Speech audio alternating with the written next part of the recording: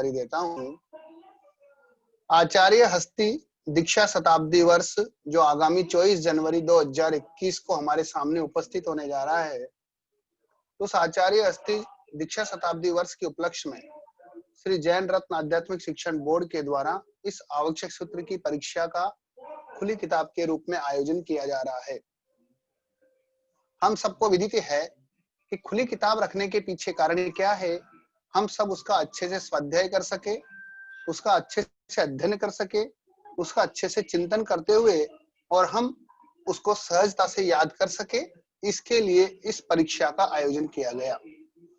परम पूज्य आचार्य भगवंत हीरा चंद्र जी महाराज साहब की निरंतर रूप से यही प्रेरणा रहती है। जब जब उनके सानिध्य में बैठने का अवसर प्राप्त होता है, तब अधिकांश रूप से उनका यही चिंतन रहता है कि हर एक जैन समाज का व्यक्ति प्रतिक्रमण को सीखे और साथ ही साथ उसके अर्थ सहित सीखने का प्रयास करे, क्योंकि दोनों ही स्थिति में अर्थ बिना सब व्यर्थ है। चाहे आर्थिक स्थिति हो, चाहे धार्मिक स्थिति हो, किसी भी क्षेत्र में हम जाएं, वहां पर अगर हमको उस चीज का मीनिंग पता नहीं है तो वह इतना असरकारक नहीं होता है। इसलिए आचार्य भगवंत कई बार फरमाते हैं कि प्रतिक्रमण तो सीखना जरूरी है ही, लेकिन उसके साथ साथ हम उसके अर्थ को भी सीखने वाले बने। शायद संघ ने आचार्य भगवंत की के द्वारा दी जाने वाली बार बार इस प्रेरणा को संघ ने इसके ऊपर चिंतन किया, मनन किया और चिंतन करते हुए इस परीक्षा का आयोजन संघ द्वारा आयोजित किया जा रहा है। हम सब परम सौभाग्यशाली हैं कि 32 आगमों में से एक आगम जो आवश्यक सूत्र है, कम से कम हमें उसका स्वाध्याय करने का अवसर प्राप्त होगा और इस आवश्यक सूत्र के अंदर हम अपने पापों की आलोचना स्वयं कर सकते हैं और दूसरों को भी करवाने में सक्षम बन सकते हैं। इस कारण से हम इस आवश्यक सूत्र को पढ़ें, पढ़ाएं और हमारे आसपास में जितने भी जैन समाज के लोग हैं या हमारे घर में जितने भी बच्चे हैं, बड़े हैं, हम निश्चित रूप से इस आवश्यक के बारे में समझाएं और प्रतिक्रमण करने के लिए, चाहे वो याद करना हो या करना हो, दोनों के लिए ही हम निरंतर रूप से प्रेरणा करें। हम स्वयं भी वंचित नहीं रहें और हमारे परिवार का कोई भी सदस्य इस आवश्यक सूत्र से वंचित नहीं रहे। इसीलिए श्री जैन रत्न योग परिषद तमिलनाडु ने एक प्रयास किया कि जब संघ ने इस आवश्यक सूत्र की प्रतियोगिता को रखा है तो क्यों न इसकी क्लास प्रारंभ की जाए। इसीलिए हमने सबसे पहले संडे को सुबह 9:15 बजे से आवश्यक सूत्र की क्लास प्रारंभ की। चलते चलते वो क्लास के अंदर आप सबका उत्साह और आप सबका आवश्यक सूत्र के प्रति श्रद्धा और साथ ही साथ जैन दर्शन के प्रति जो आपका विश्वास और हमारा विश्वास है, वो निरंतर रूप से वृद्धि की ओर बढ़ता रहा। और कईयों ने कहा कि वो समय हमारे सूटेबल नहीं होता है, तो इसको ध्यान में रख करके श्री जैन रत्न योग परिषद ने ये दूसरा सेशन शनिवार को 8:30 बजे से प्रारंभ करने का निर्णय लिया, जो आज हमारे सामने उपस्थित हो गया है। हम वापस स्टार्टिंग से आवश्यक सूत्र का स्वाध्याय करेंगे। आप सबके माध्यम से भी मुझे ये सौभाग्य मिला है कि वापस से मैं इस आवश्यक सूत्र का स्वाध्याय कर सकूं, इसलिए आप सबका सहयोग निरंतर रूप से अपेक्षित है। आप सब इसी तरह से जुड़े हुए रहेंगे। पहले जब क्लास स्टार्ट की थी तो 100 व्यक्ति भी अर्थात 100 श्रावक श्राविकाएं भी मुश्किल से जुड़ते थे, लेकिन आपके उत्साह के कारण से लोगों को प्रेरणा मिली, जिसके कारण से आज ये निरंतर बढ़ते जा रहे हैं। आज श्री जैन रत्न योग परिषद ने ये निर्णय लिया कि इससे केवल 100 ही व्यक्ति नहीं जुड़े, और भी अन्य कई व्यक्ति श्रावक और श्राविका इस आयाम से जुड़े, इस आवश्यक सूत्र से जुड़े। इसके लिए उन्होंने इस जूम ऐप पर एक साथ 500 व्यक्ति जुड़ करके और इस आवश्यक सूत्र का स्वाध्याय कर सकते हैं।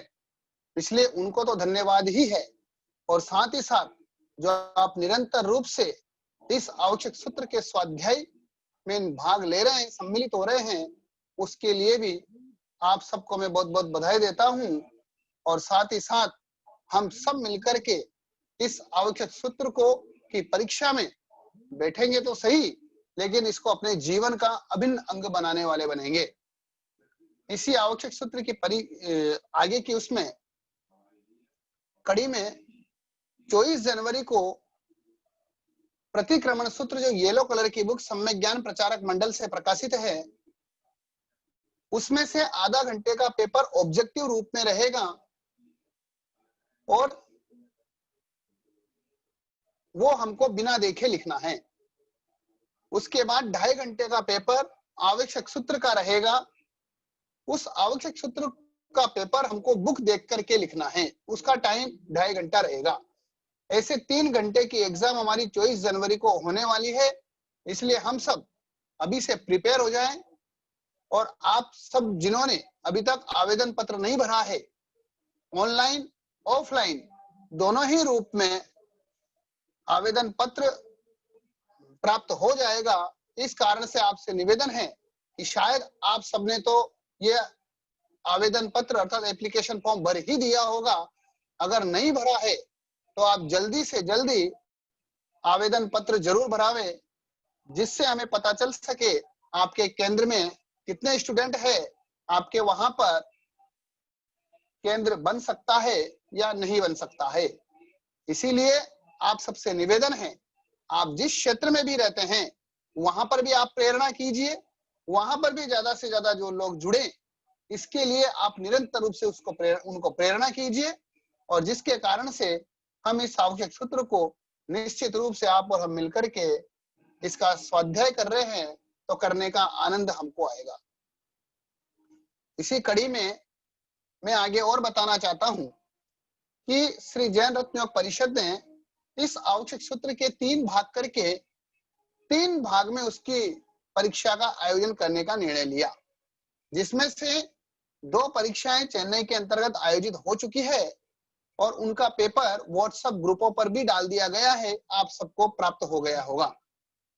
उसके अलावा श्री जैन रत्न आध्यात्मिक शिक्षण बोर्ड जोधपुर द्वारा भी मॉडल पेपर बनाया गया था, वो भी व्हाट्सएप ग्रुप पर डाल दिया गया है। उसके अलावा अभी तीसरा एग्जाम दिवाली के बाद श्री जैन रत्न योग परिषद चेन्नई में आयोजित करवाएगी, और उसका जो भी मॉडल पेपर रहेगा लगभग पेज नंबर 172 के बाद, तो वो भी आप सबको प्राप्त हो जाएगा। वहां होने के बाद हम व्हाट्सएप ग्रुप पर आपको डाल देंगे। ये दोनों चीजें श्री जैन रत्न योग परिषद चेन्नई के माध्यम से चल रही है, वो निरंतर रूप से अपना पुरुषार्थ कर रहे हैं। और उसी श्रेणी में जलगांव से, जहां पहले उत्तराधन सूत्र की ऑनलाइन एग्जाम होती थी, अभी 5 नवंबर से आवश्यक सूत्र की एग्जाम उन्होंने प्रारंभ की है। इसलिए आप उसमें भी भाग लीजिए, जितना हो सकता है हम इस आवश्यक सूत्र का स्वाध्याय करने का लक्ष्य रखें।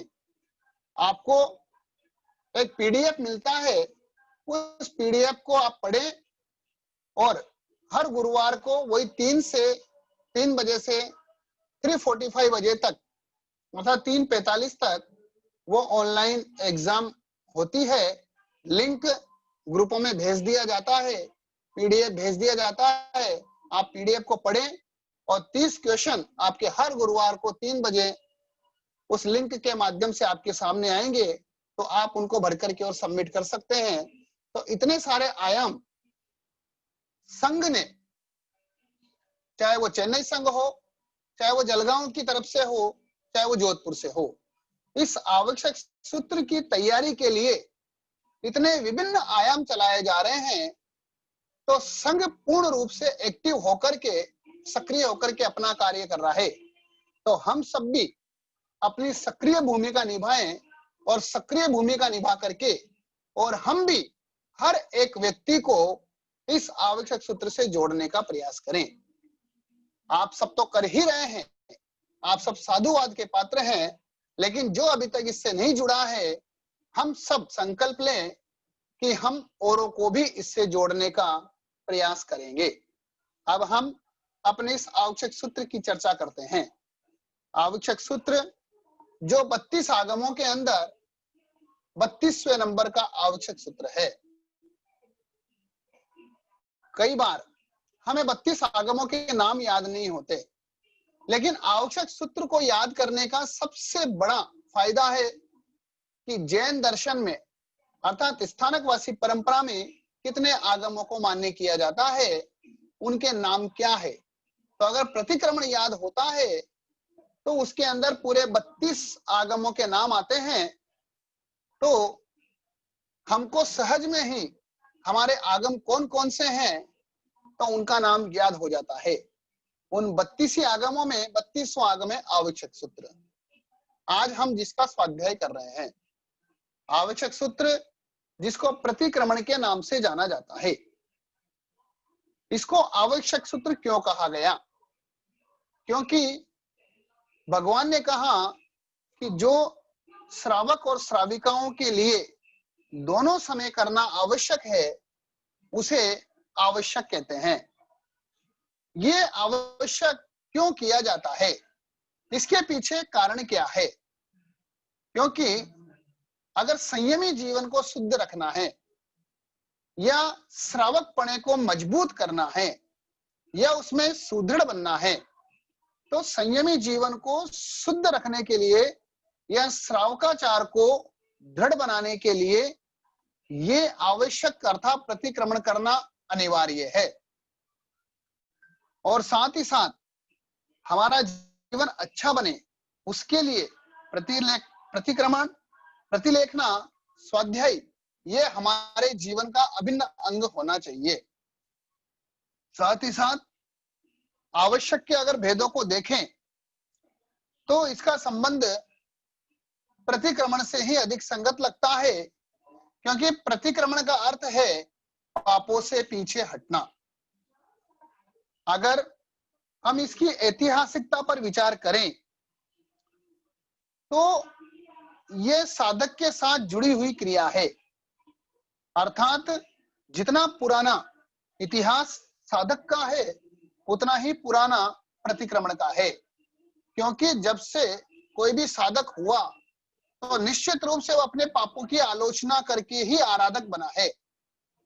इसीलिए जब से साधना काल चल रहा है, जब से साधक हुए हैं, तब से इस प्रतिक्रमण का महत्व है।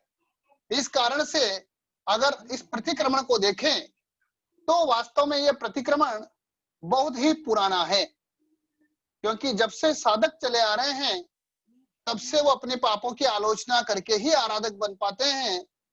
और प्रतिक्रमण ही एक ऐसा माध्यम है जिसके माध्यम से साधक अपने पापों को देखता है, अपने दोषों को देखता है और उन दोषों को देख करके और प्रायश्चित स्वीकार करता है और अपने संयमी जीवन को शुद्ध बनाता है।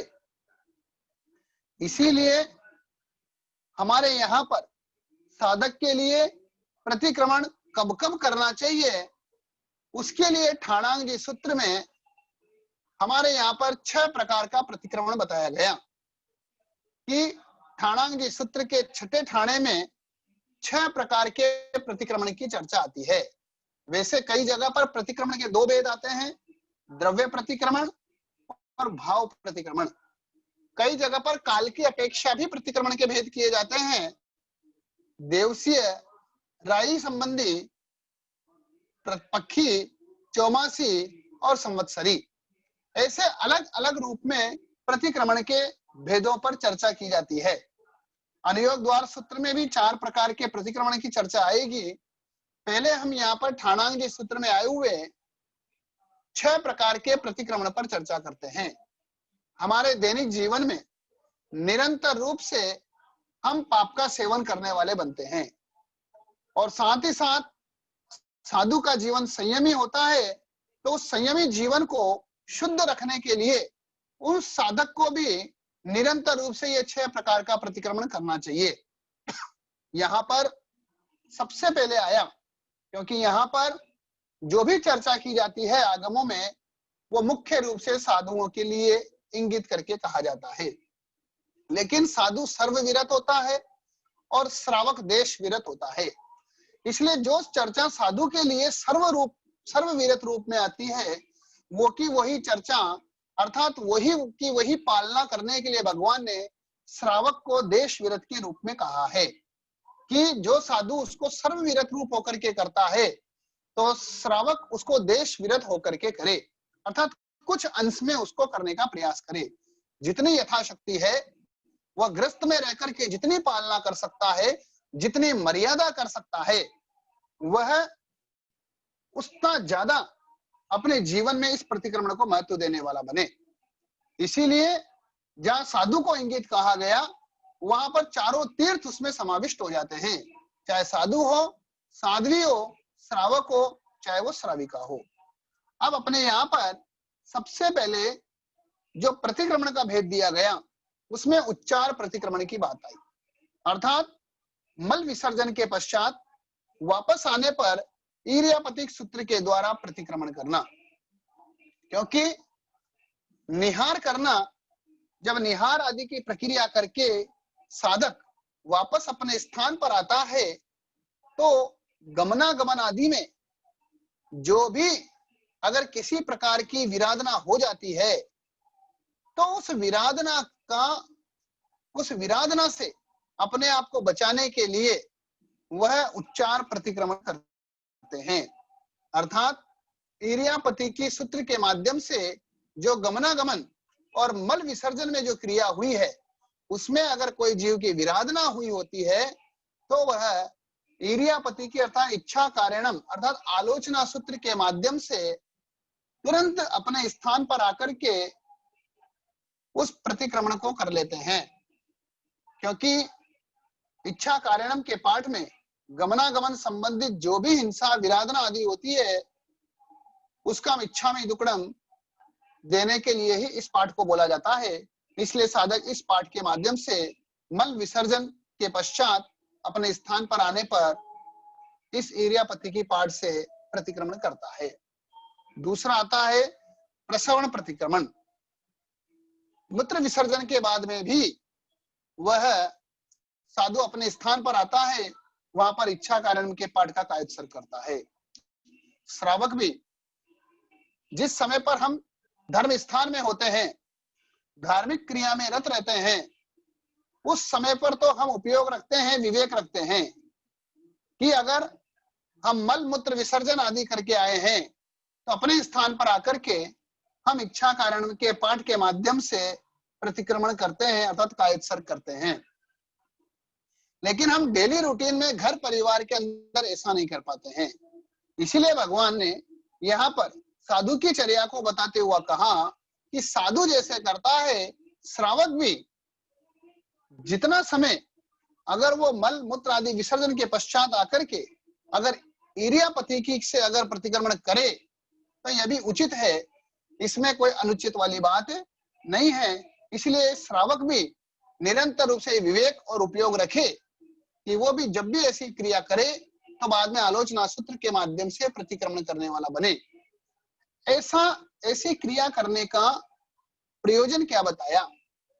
क्योंकि भगवान ने कहा है कि प्रत्येक साधक को अप्रमत्त होकर के रहना चाहिए, चाहे वो साधु हो, चाहे वो श्रावक हो।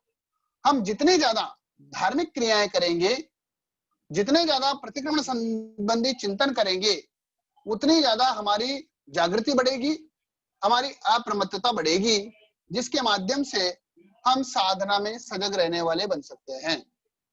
तीसरा प्रतिक्रमण आया इत्वरिक प्रतिक्रमण, जो थोड़े काल के लिए किया जाता है, अर्थात जो देवसीय और रायसीय प्रतिक्रमण किया जाता है। अर्थात साधु के लिए उभयकालिक प्रतिक्रमण की चर्चा आई, तो श्रावक के लिए भी भगवान ने उभयकालिक प्रतिक्रमण की चर्चा की है।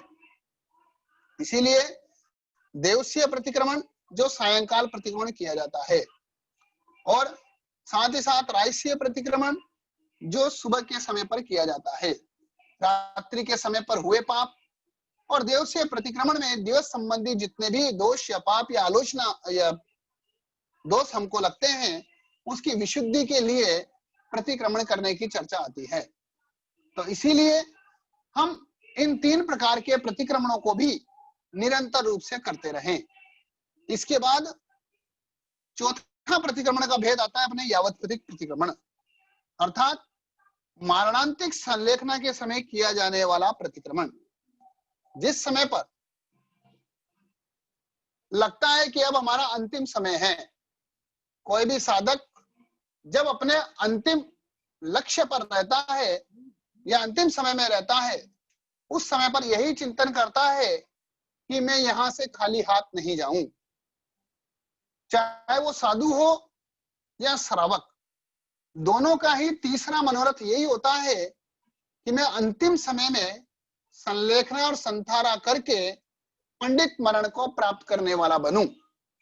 इसीलिए यहाँ पर चौथा प्रतिक्रमण आवा है यावत कथित, अर्थात जीवन पर्यंत के लिए, अर्थात मारणांतिकी उपसर्ग या मरण समय नजदीक आने पर अगर हम ये प्रतिक्रमण करते हैं तो उसके कारण से हम पंडित मरण को प्राप्त करने वाले बनते हैं। इसलिए प्रत्येक साधक का ये लक्ष्य रहना चाहिए कि मेरा अंतिम समय आने पर मैं निश्चित रूप से संलेखना और संथारा करके पंडित मरण को प्राप्त करने वाला बनूं। पांचवा प्रतिक्रमण आता है यत् किंचित मिथ्या दुष्कृत प्रतिक्रमण, अर्थात साधारण दोष लगने पर उसकी शुद्धि के लिए मिच्छामि दुक्कडम कहकर पश्चाताप प्रकट करना।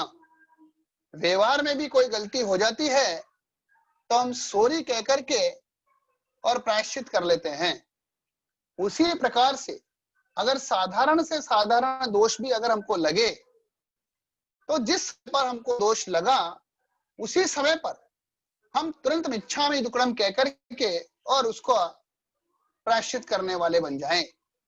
चाहे वो किसी से बोलना हो, चाहे तेज बोलने में आ गया हो, चाहे क्रोध के वश हो, चाहे मान के वश हो, या अन्य और भी कोई भी गतिविधि जिसके कारण से किसी का दिल दुखता हो, किसी को ठेस पहुंचती हो, तो हम उसी समय पर हमारा दोष नजर आ जाए तो हमें तुरंत उस समय मिच्छामि दुक्कडम कर लेना चाहिए। ऐसा क्यों? क्योंकि अगर हम ऐसा बार बार करेंगे तो उससे हमारी जागृति बढ़ेगी, हम सजग रहेंगे, हम अप्रमत्त रहेंगे और साथ ही साथ हमें हमारी गलतियां, हमारे दोष नजर आएंगे। अगर हम ऐसा नहीं करते हैं तो हमें हमारी गलतियां और दोष नजर ही नहीं आते हैं, क्योंकि वर्तमान में सबसे बड़ी समस्या हमारे साथ यही होती है कि गलती सामने वाले की होती है, दोष सामने वाले का है, मेरी तो कुछ भी गलती नहीं है, मेरा कोई दोष नहीं है। लेकिन वास्तव में जब हम चिंतन करते हैं तो उस चिंतन से ऐसा लगता है कि वास्तव में हर व्यक्ति अपने आप में दोषीला है। इस कारण से हम अपने आप को उस दोष से मुक्त करने वाले बने और जिस समय पर भी ऐसी स्थिति हमारी बनती है तो हम तुरंत मिच्छामि दुक्कडम दे करके और प्रतिक्रमण करने वाले बन जाएं। छठा प्रतिक्रमण आता है अपना स्वप्नांतिक प्रतिक्रमण।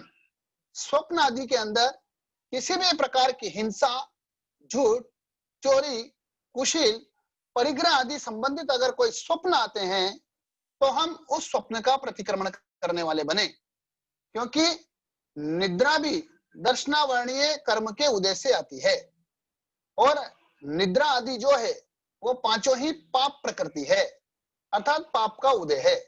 इस कारण से उस पाप के उदय के अंदर हम और पाप करने वाली क्रियाएं करने लग जाते हैं। इस कारण से अगर कभी ऐसी स्थिति बनती है कि नींद में भी अगर हमें ऐसी स्थिति प्राप्त हो रही है या कोई स्वप्न आदि के माध्यम से हिंसा, झूठ, चोरी आदि का संयोग बन रहा है तो हम दूसरे दिन उस स्वप्न में होने वाली सभी क्रियाओं का हम प्रतिक्रमण करने वाले बने। इन सब प्रतिक्रमणों के माध्यम से साधक अपनी अप्रमत्तता बढ़ाता है, अपनी जागृति बढ़ाता है और अगर उनके जीवन में कोई दोष लगे हैं तो वह उस संयमी जीवन को भी विशुद्ध बनाने वाले बनते हैं।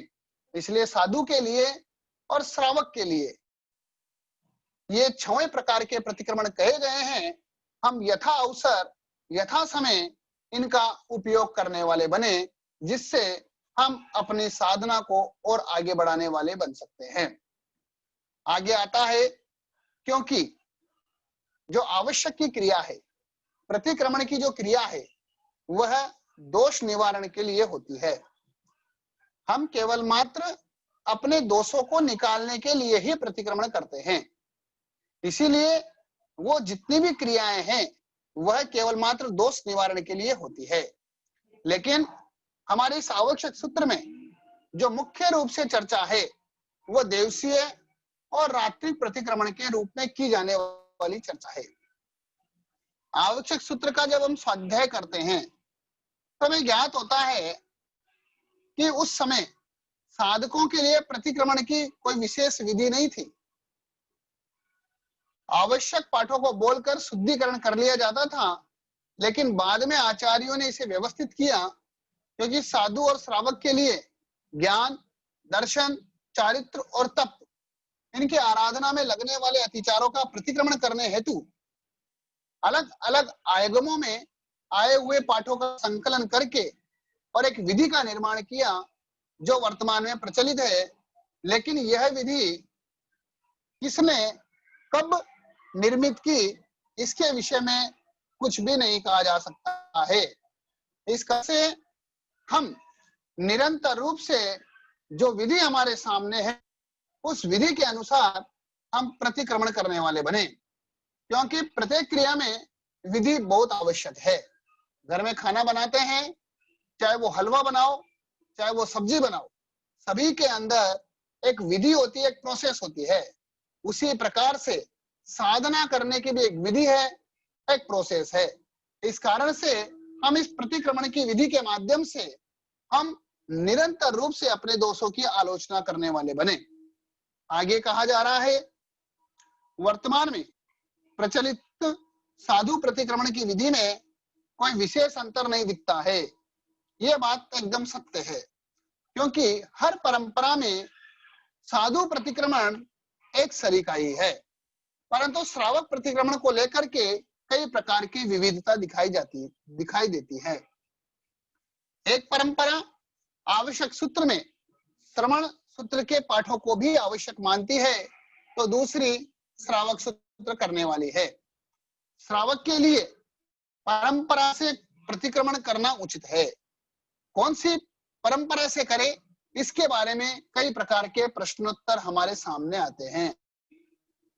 तो ज्ञानी गुरु भगवंत यही फरमाते हैं कि जो विधि हमारे सामने है, जिस परंपरा से हम जुड़े हुए रहते हैं, हम वह प्रतिक्रमण करने वाले बने, क्योंकि उसी से हम आराधक हो सकते हैं।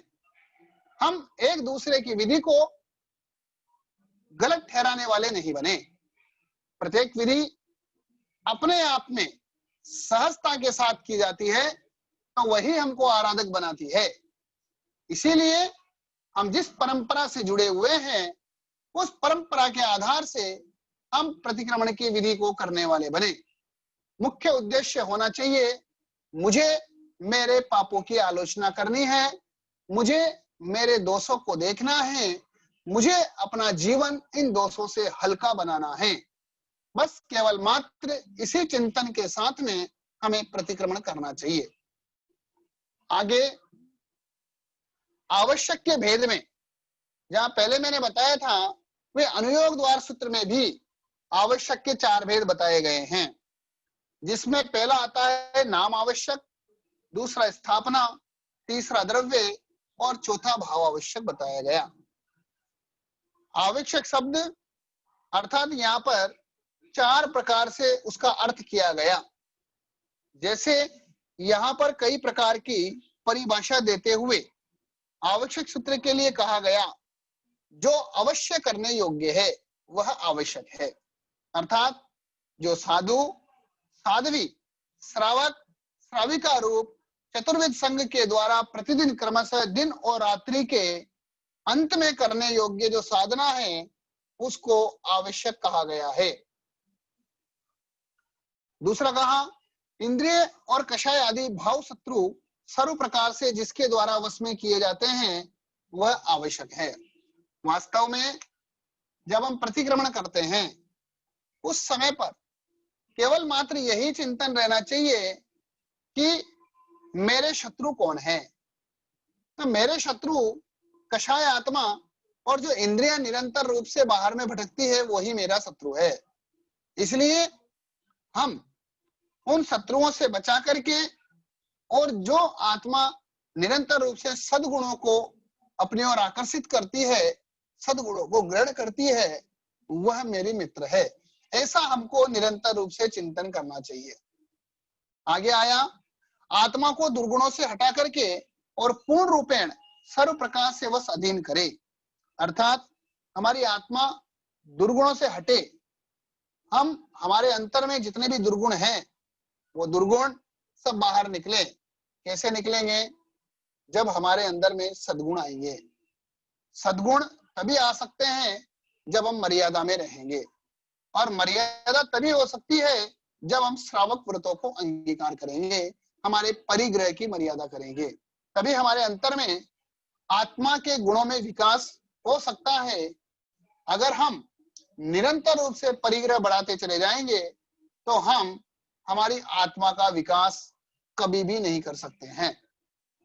इसीलिए हम निरंतर रूप से प्रतिक्रमण करने वाले बने। आगे आता है कि जो गुण शून्य आत्मा को सर्वात्मना गुणों से जो वासित करे उसे भी आवश्यक कहते हैं।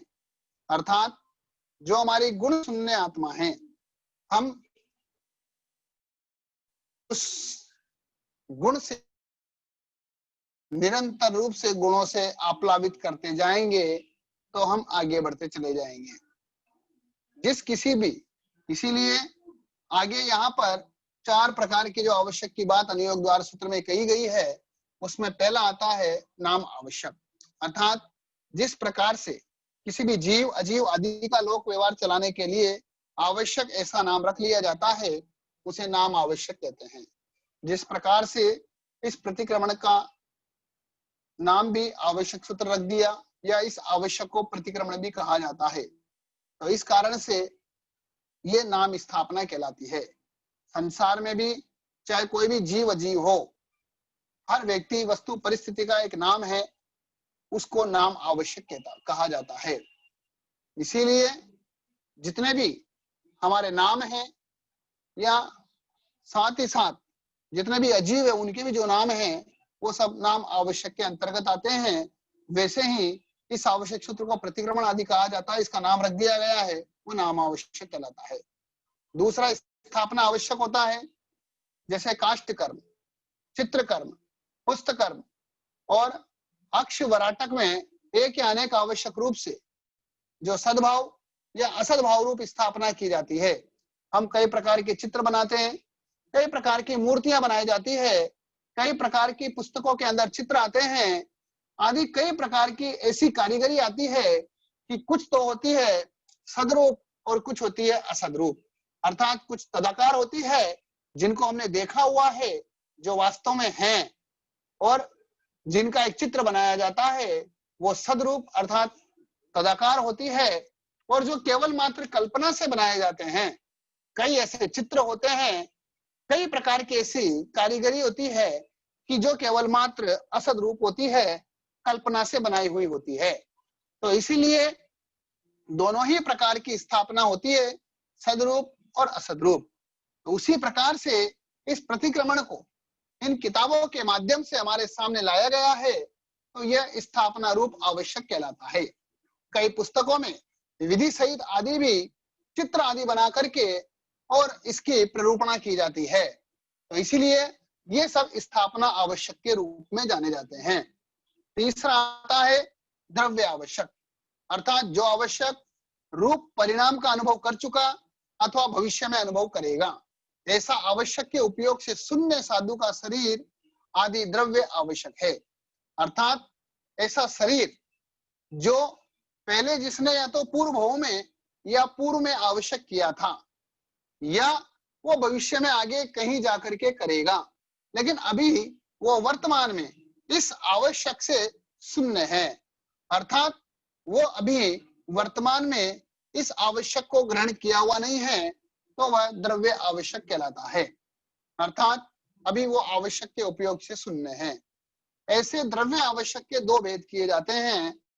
पहला किया जाता है आगम द्रव्य आवश्यक और दूसरा कहा जाता है नो आगम द्रव्य आवश्यक। सबसे पहले हम आगम द्रव्य, जिस साधु ने आवश्यक को सीख लिया है, हृदय में स्थिर भी कर लिया है, हम इसको बड़े चिंतन के साथ देखने का प्रयास करें। इस पैराग्राफ को हम जरूर पूरे चिंतन के साथ पढ़े, पूरी सजगता के साथ और पूरी जागृति के साथ पढ़े। ऐसा पढ़ने वाला, ऐसा प्रतिक्रमण करने वाला भी वो केवल मात्र आगम से द्रव्य आवश्यक वाला कहा गया है। तो हम देखें कि जब हम प्रतिक्रमण करते हैं उस समय पर हमारा उपयोग कैसा रहता है, हम किस प्रकार से प्रतिक्रमण करते हैं, हमारे प्रतिक्रमण करते समय पर क्या क्या कमियां रहती है, क्या क्या कमजोरियां रहती है और हमारी स्थिति परिस्थिति कैसी रहती है।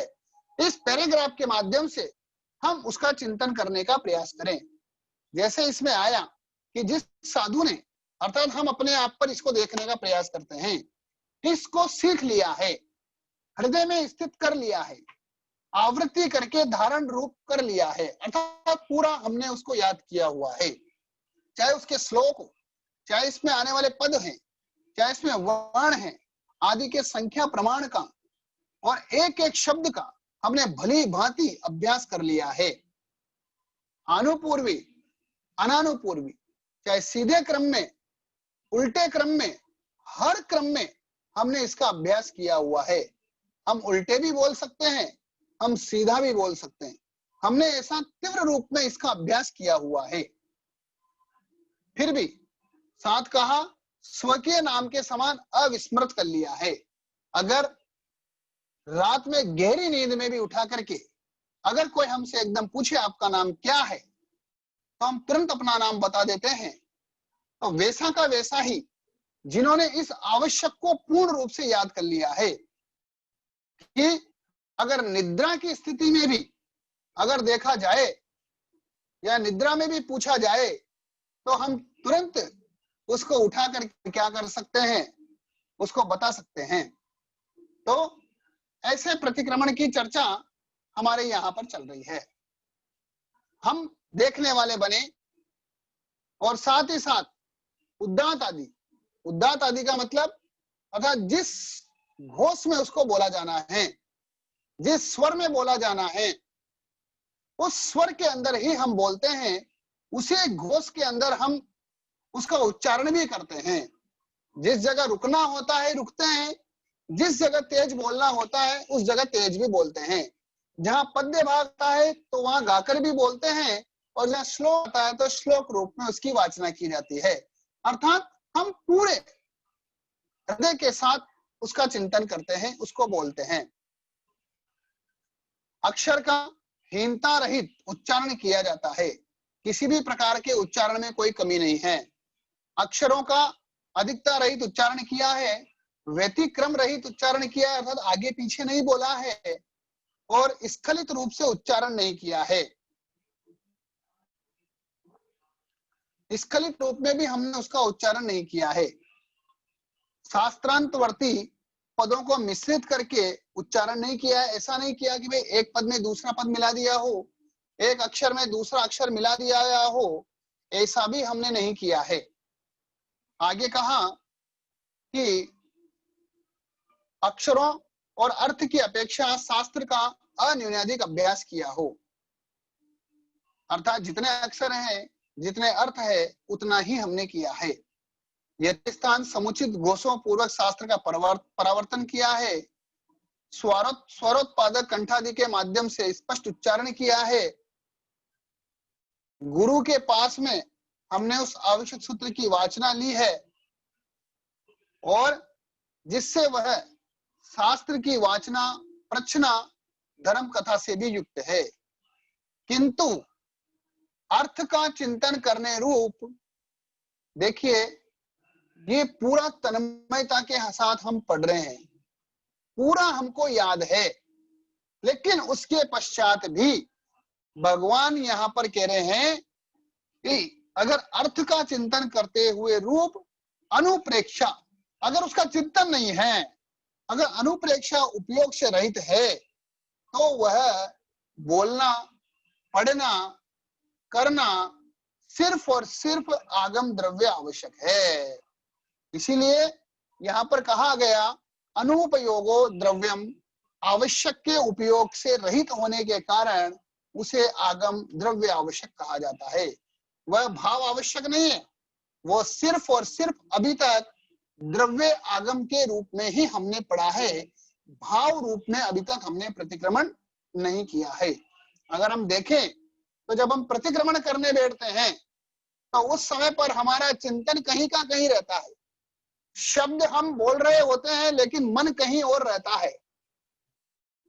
ऐसी स्थिति में भगवान ने हमारे यहाँ पर एक प्रश्न चिन्ह खड़ा किया है कि हम निरंतर रूप से इसको पढ़ करके ये चिंतन करें कि वास्तव में मुझे प्रतिक्रमण कैसे करना चाहिए और किन भावों से करना चाहिए।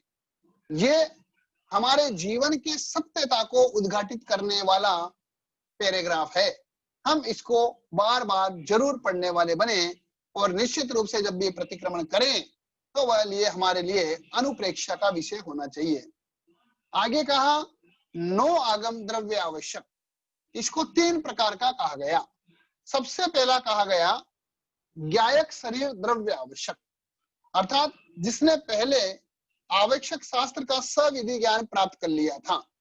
चाहे मैं हूं, अभी मुझे आवश्यक बिल्कुल याद नहीं है, लेकिन मैंने पहले उसको याद कर लिया था, अच्छी भली भांति मैंने उसको जान लिया था, किंतु अब पर्यायांतरित हो जाने से, क्योंकि काफी समय हो गया है, उसका रिवीजन नहीं किया, उसको फॉलो अप नहीं किया, तो इस कारण से वह अभी पर्यायांतरित हो गया है, तो वह उसका निर्जीव शरीर, अर्थात दोनों अपेक्षा से कहा पहले याद कर लिया था, अभी याद नहीं है, यह अभी मृत्यु को प्राप्त हो गया है। तो जब वो जीवित था तब याद था, लेकिन अभी वर्तमान में मृत्यु अर्थात डेड बॉडी रूप है तो उसको याद नहीं है।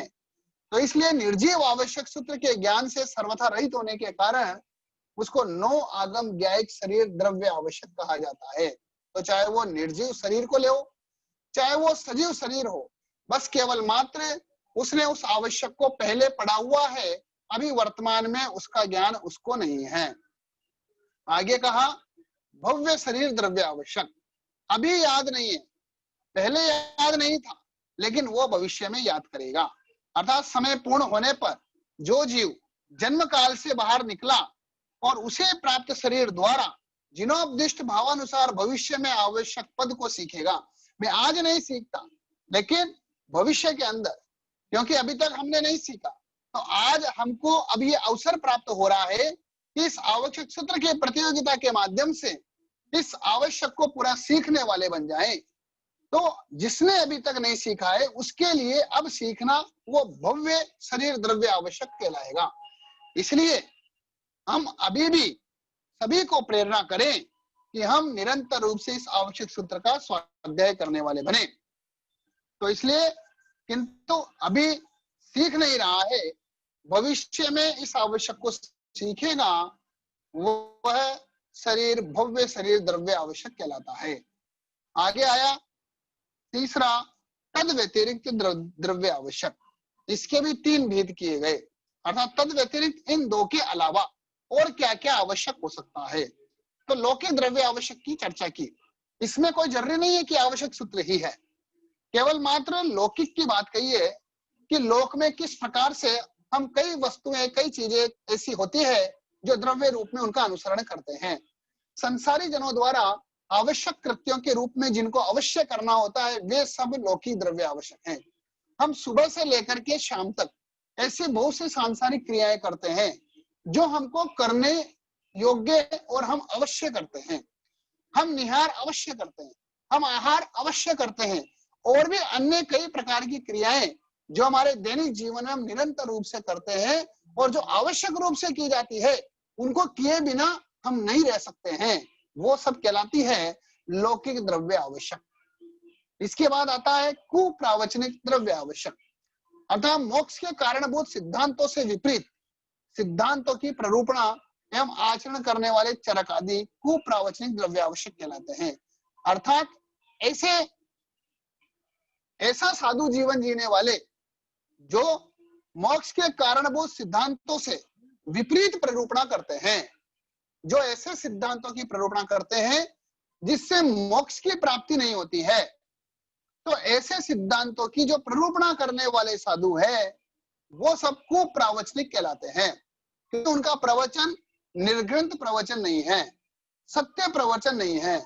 इस कारण से वो कुप्रावचनिक कहलाते हैं, जो मोक्ष को प्राप्त कराने वाले सिद्धांत नहीं होकर के अपितु मोक्ष के विपरीत सिद्धांतों का वो अनुपालना करवाने वाले बनते हैं। इस कारण से ऐसा साधु समुदाय या ऐसे चरक आदि जिनको नाम दिया गया, तो वह कुप्रावचनिक द्रव्य आवश्यक कहलाते हैं।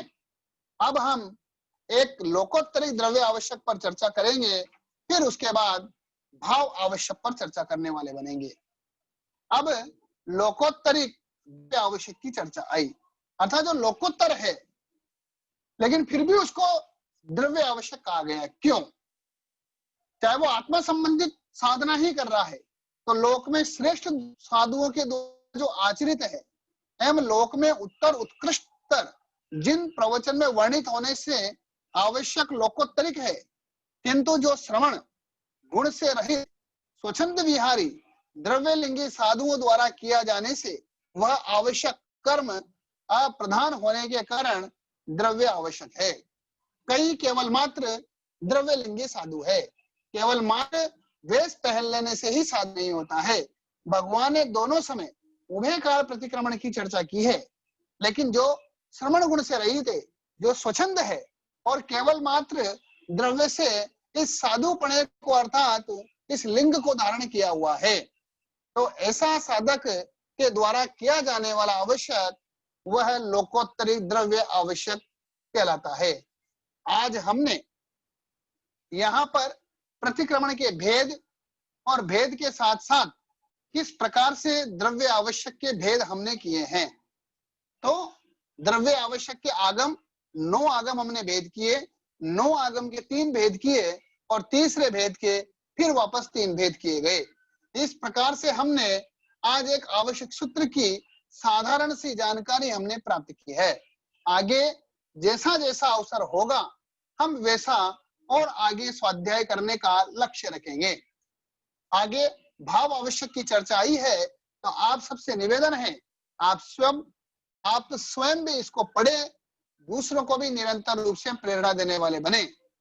भाव आवश्यक की चर्चा अगले शनिवार को कोई 8:30 बजे से आपके सामने की जाएगी कि इसका जैसा अवसर होगा वैसा रखने का प्रयास किया जाएगा। और कल संडे है, कल प्रातः वापस 9:15 बजे अपनी क्लास रहेगी, तो जो बीच में से हमारा जहां तक हो गया है उसके आगे से ही इस आवश्यक सूत्र की चर्चा रहेगी। इसीलिए जो आगे कंटिन्यू कर रहे हैं, जो पहले जुड़े हुए नहीं हैं, वो भी इसको कर सकते हैं, ताकि फिर वापस निरंतर रूप से किसी ने मैसेज भेजा है अगले शनिवार को दीपावली है, जैसा होगा आपको सूचना प्रदान कर दी जाएगी। लेकिन अभी कल संडे है, तो कल 9:15 बजे से तो वो क्लास रहेगी ही रहेगी। इसलिए आप सब के सहयोग से मुझे जो स्वाध्याय करने का अवसर प्राप्त हुआ है, उसके लिए मैं आप सबको धन्यवाद ज्ञापित करता हूँ। साथ ही साथ श्री जैन रत्न परिषद को जो निरंतर रूप से अपना पुरुषार्थ कर रही है और हम सबको इस स्वाध्याय के लिए उन्होंने हमें एक प्लेटफॉर्म दिया, उसके लिए हम बहुत बहुत धन्यवाद ज्ञापित करते हैं। साथ ही साथ वापस एक बार फिर मैं वही बात दोहराता हुआ कि 24 जनवरी को आवश्यक सूत्र की एग्जाम रहेगी। आप और सब मिलकर के निश्चित रूप से इसके अंदर भाग लेंगे और जितने भी इससे संबंधित मॉडल पेपर परीक्षाएं रहेगी, वो पूरा का पूरा मैटर परीक्षाएं आप तक पहुंचाने का हम पूरा प्रयास करेंगे। इसीलिए आप सबसे वापस आप सबका धन्यवाद करते हुए मैं अपने शब्दों को अर्थात इस क्लास का यहीं पर समाप्त करता हूं।